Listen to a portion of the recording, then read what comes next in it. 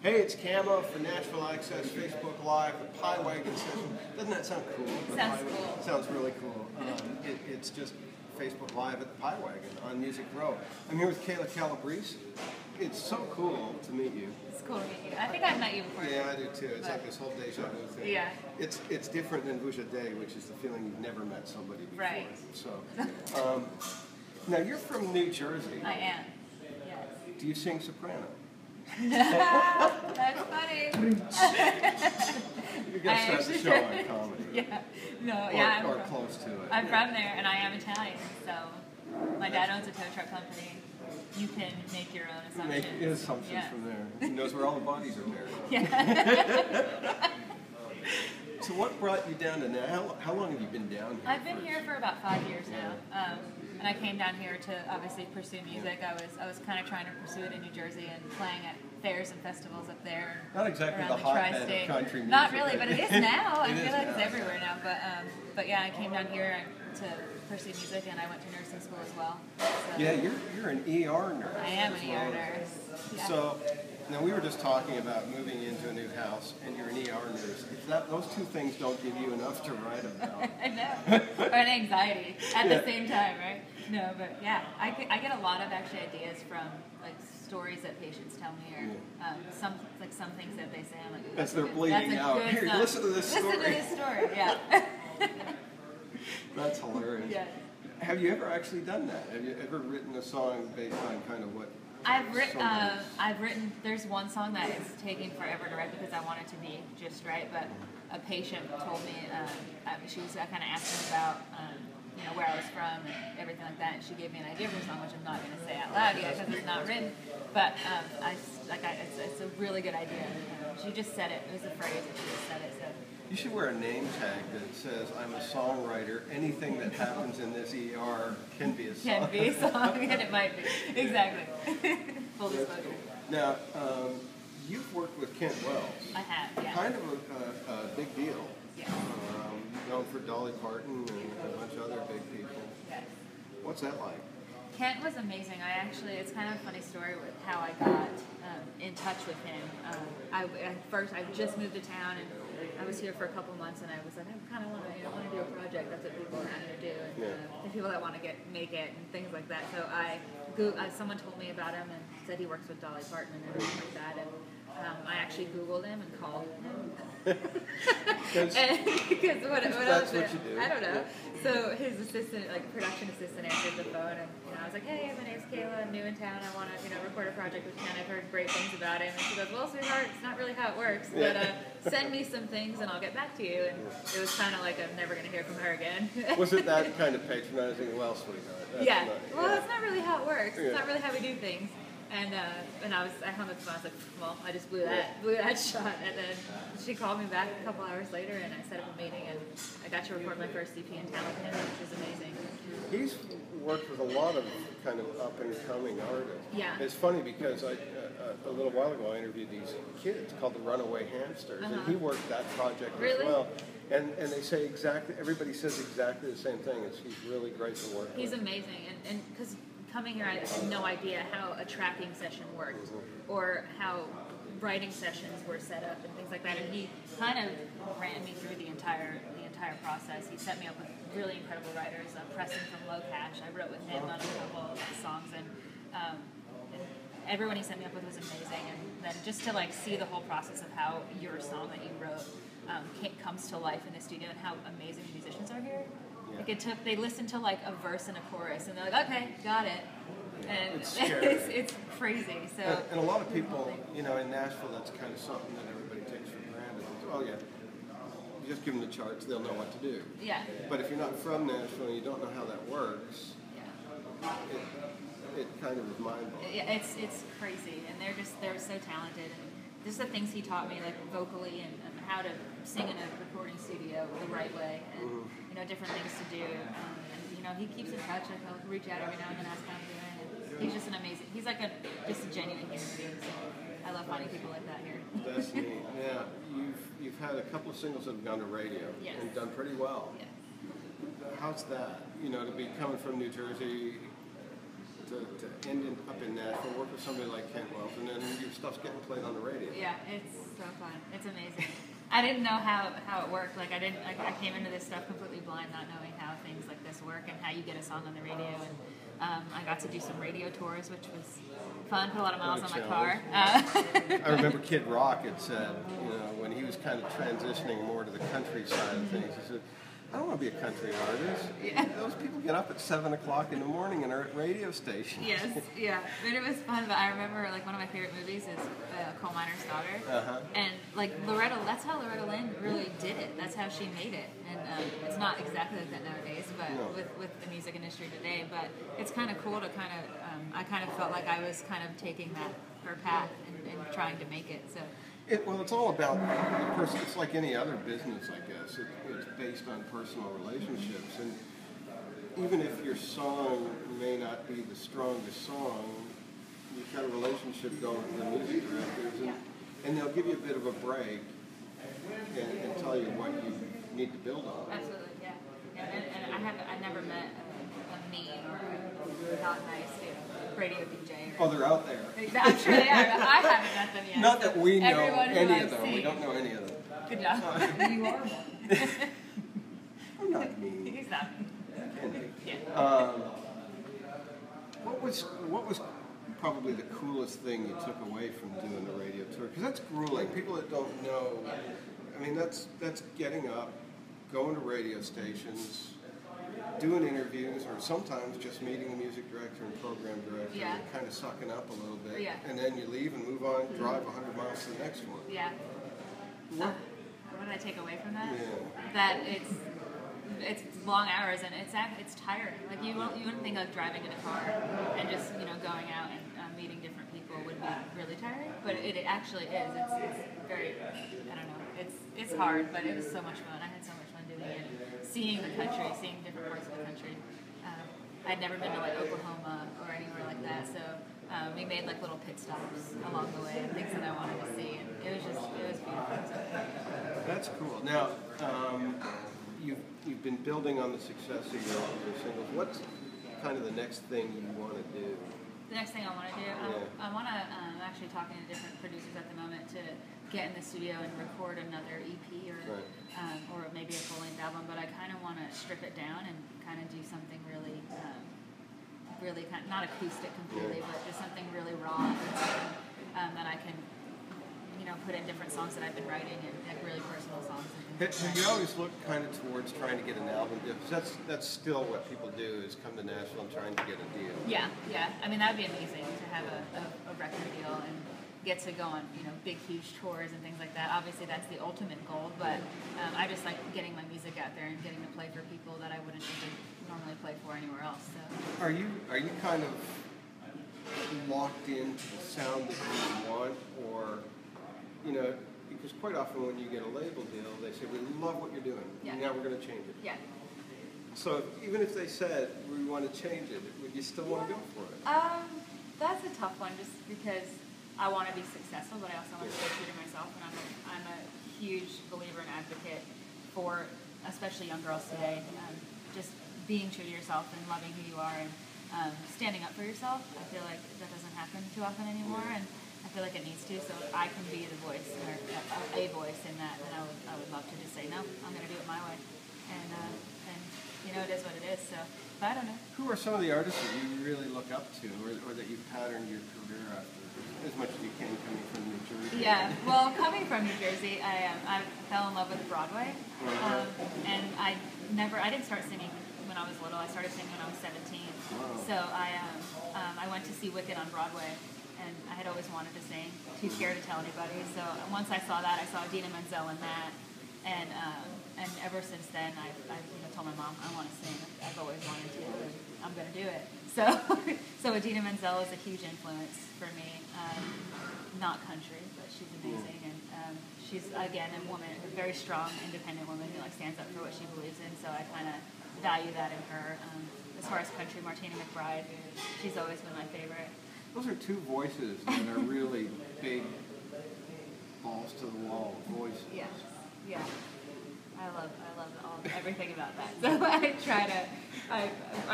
I'm not gonna say that I'm not. I would love to be semi as good as them. I was talking to Jack Ingram, and he's kind of done the, he had the label deal, and his new album is Like You Want It, is just really stripped down. Yeah. And he said so much so that they had just a mattress separating the drummer from him in the studio. Yeah. So there's all sorts of bleed and mistakes, and he said that's what I wanted That's so to cool, do. yeah. And that they didn't even think singles. Mm-hmm. It's just go in and do a record, and if something comes out of it that's a single. So he's kind of done what you want to do. Yeah. That's exactly kind of what I want. I want something that people can relate to and people can listen to, like, wow, I heard that little mistake in there, but it's just real and raw. So Now, I'm going to kind of guess that since you're from New Jersey, I know the answer to this. But what happens when people tell you no? It like lights this, not even a little fire, it's like a huge fire. And it makes me want to do whatever they're telling me no to more. And I've been like that ever since I was little. Even if it's detrimental to your career? No, I mean, I like to think that I'm level-headed, but in terms of like, oh, you're not going to be able to do that. Mm-hmm. Yes, I am, and I'll prove to you that I can. So is it almost better if people tell you no? Yeah. Oh yeah. I love. Okay, this interview's done. No. But I love constructive criticism. I mean, I have growing up in New Jersey, and my family, it's like a big Italian family, so they just tell you how it is. Like, that's just how I grew up. Even she knows. Like, she's like, I can't believe your mom would ever tell you that. Like, say that to you. It didn't hurt me. I mean, it made me. I can't believe you're going out in that. She's exact words. Really? She used to say that. Are you really going out like that? But yeah. So I don't know. It lights a fire in me when people tell me no. Cool. But I wouldn't do anything crazy. Yeah. If it's going to be detrimental, I probably wouldn't do it. Okay. That's a good answer. Keep a watch on that. Okay. You want to do a song for us? Sure. I'll do my latest single is Happily Never After. Sounds good. And it's kind of a cynical take on Disney. All right. Yeah. Sounds good. That's just goofy. You are full of... I'm full of He's so something. funny. He is. Kayla Calabrese on Nashville Access.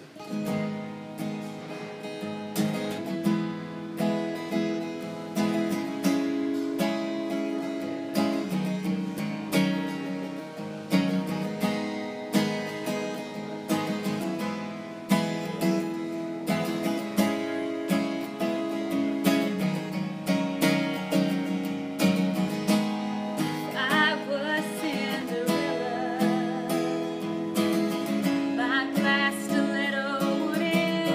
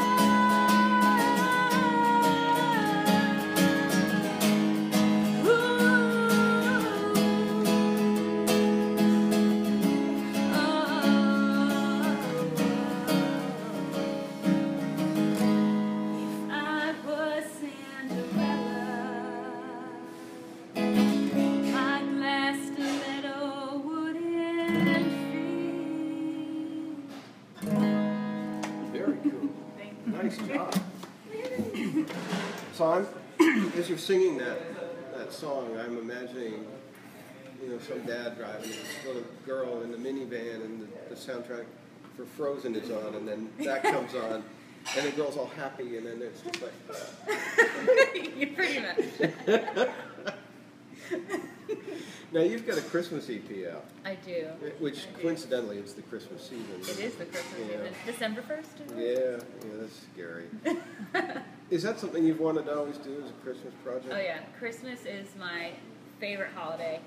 I love decorating for Christmas. I love, the spirit of Christmas and the meaning of Christmas, and just the way families get together on Christmas. I just love everything about it, and I always wanted to record a Christmas EP album. I still want to do more. I love recording Christmas songs.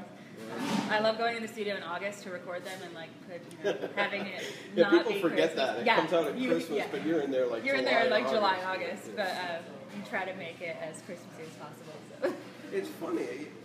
You never really think about artists saying, I always wanted to do a Christmas record. Mm-hmm. Exile just did one, and I said, why did you do a Christmas record? And they said, well, we've never done one. And they've been in the business 50 years and never done a Christmas record. I love Christmas, and on my new EP, it's called True Meaning of Christmas, and it has 6 songs on it, and I actually wrote one of them on there, which I never thought I would do. I never thought I'd write a Christmas song, but it's called What Would Jesus Say, and it's about not forgetting what the true meaning of Christmas is about, and you can get caught up in all of the shopping and all of that, and it's just so I love writing, and I never thought I'd write a Christmas song, but I did. That's kind of a heavy thing, because there are so many legendary Christmas songs that it kind of takes a bit of an ego, which is a good thing, but to be able to say, I can write a Christmas song. Yeah. Yeah, it was. I actually wrote it with a good friend of mine, Brandon Hands, and he's from New Jersey. Actually, he was in town for like a songwriters thing, and he said, "Hey, you want to get together and write?" And I was like, "Yeah, sure, come on over." So he came over, and he's like, "What song haven't you written yet?" I'm like, "Well, I haven't written a Christmas song." So he's like, "We're gonna write one," and we wrote it. Is it hard? To write a Christmas song? Yeah. Without falling into cliches. Oh yeah, for sure. Because you have the huge standards like "Oh Holy Night" and things like that everyone knows, and everyone once they hear it, they're like Christmas or whatever. So, but I told him I didn't want to write like a cheesy, upbeat Christmas song. I wanted to write a song that emulated the true meaning of Christmas, which is where the title of the EP came. So. He had his piano or his keyboard with him, and he played this really cool little riff on the keys, and I was like, that's cool. It sounded kind of eerie, and I was like, well, it's not going to be an upbeat Christmas song. So, but I said we could make this really powerful, and I feel like in the right hands and the right ears, like it could be a cool thing. So we'll see. But it's one of my favorites. That's pretty cool. Yeah. To do a Christmas record like that. Yeah, it was a lot of fun, and then the other 5 songs I recorded, ones that are kind of standards, but I did some that people wouldn't normally hear. Like I grew up around like an hour outside of New York City, so one of my favorite things to do is go to New York when the tree's up and all the lights are on and all the windows are decorated. So there's a song called "City of Silver Dreams" that Sugarland actually did a cover of when they had their Christmas album out, and it's all about New York City during Christmas. And not many people have heard of it, so I was like, I'm going to do that one. And then I did "River" by Joni Mitchell as well on there. So that's kind of a deep cut. Yeah, so I did a lot of ones that I love, like Christmas songs that I love. Thankfully, you don't love "Grandma Got Run Over by a Reindeer," because there's only one of those, and that's more than enough. That's more than enough on that one. Do you want to do a Christmas song for us? She's not coming back. That's fine. You can do something else for us, and we'll think of mistletoe and holly as you do it. I think I'm just going to stick with that one. Okay. Yeah. Because I didn't have anything else prepared. That's okay. Sorry. I thought I had. I wish I knew a Christmas song. If I knew a Christmas song, I would totally play it. If I could sing, I would sing along with you doing it. If you could do it. Doing a Christmas song? Yeah, but I can't sing. Acapella? You want to sing with me? Oh, no. No, you don't want that. Nobody wants that. The voice behind the camera. What's your family think of all the stuff that's going on for you? They're super supportive, actually. obviously they have to, they're the people who drove me around everywhere when I started singing and drove me to different festivals and paid for the voice lessons. And have you ever got the when are you going to get a real job thing? No, because I actually have a real job. Oh, that's true. Yeah. So I'm also a nurse. So how do you shift gears from being, because they're all real different sides of the brain. Yes. And Yeah. how do you shift gears? It's actually kind of easy. I don't know. I feel like they're taxing kind of in two separate ways.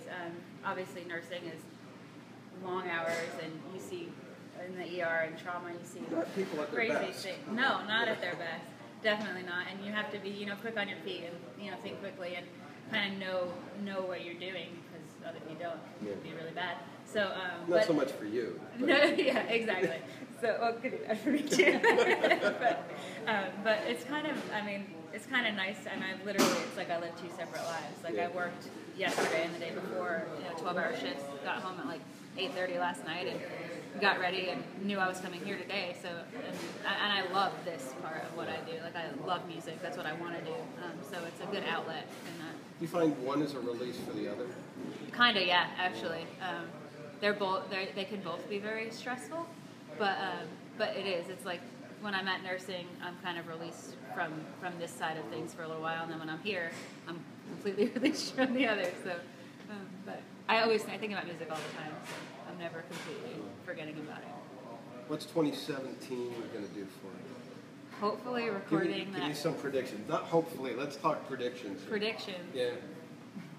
You're the first one I've done this with, so I'm putting you on the spot. Okay, predictions for 2017. Have another EP or album, a really raw, stripped down album, and hopefully play on a bigger stage at Fest. Cool. Or no, it's prediction, so gonna do it. All right. Well, we have the video now, so Archive forever. you just touched. You just touched on CMA. Mm-hmm. How many times do you play CMA Festival now? 3 years. 3 years. Mm-hmm. How cool is that? It's so fun. It's come to town just to be in the country music scene and meet different people. And getting to sign at Fanfare X this year was so much fun. And it's just one of my favorite things is to meet, especially little girls. I love meeting little girls and getting to talk with them. And I always take extra time. Are they blown up? Do they kind of put you in the same category as the big name artist when they're that young? Do they? It's Probably wow. more so. Yeah, they're like, oh, she, even when I was little, if I put myself there, I wouldn't have cared, who it was, if it was, a Carrie Underwood versus if they're there, that's just what I would think. So, I don't know. I think so. Maybe just because they're so young. I don't mind. It sounds to me like you've got everything kind of clicking the way it should be. Yeah, You got a great voice, and I love the song. Thank it's you. really cool. Thanks. Go out and buy her stuff. Kayla Calabrese. You got to find it's on iTunes. iTunes, Amazon, and you can go to my website, kaylacalabrese.com, and there's links to everything on there. I have a YouTube channel, and I try to do weekly, bi-weekly videos called In the Key of Kayla. And me and my friend over there, Whitney, we film everything. We filmed us going on a plane for her birthday, and it was her birthday, and the entire plane's son had a birthday. So that's on YouTube. But we put everything on YouTube, so it's fun. Excellent. I wish you all the best, and Thank you. I want you to come back when you've got the new EP this Okay. year. Yes. All right? Yeah, in 2017. A date. Done. Excellent. Thank you. Good. Your jersey, do we have to spit? No. Cut our hand for You just made your bones, baby. Kayla Calabrese, check her out. Thank you so much Thank for you coming for having today. me. It's It's been awesome. great. Nashville Access, we'll catch you next week.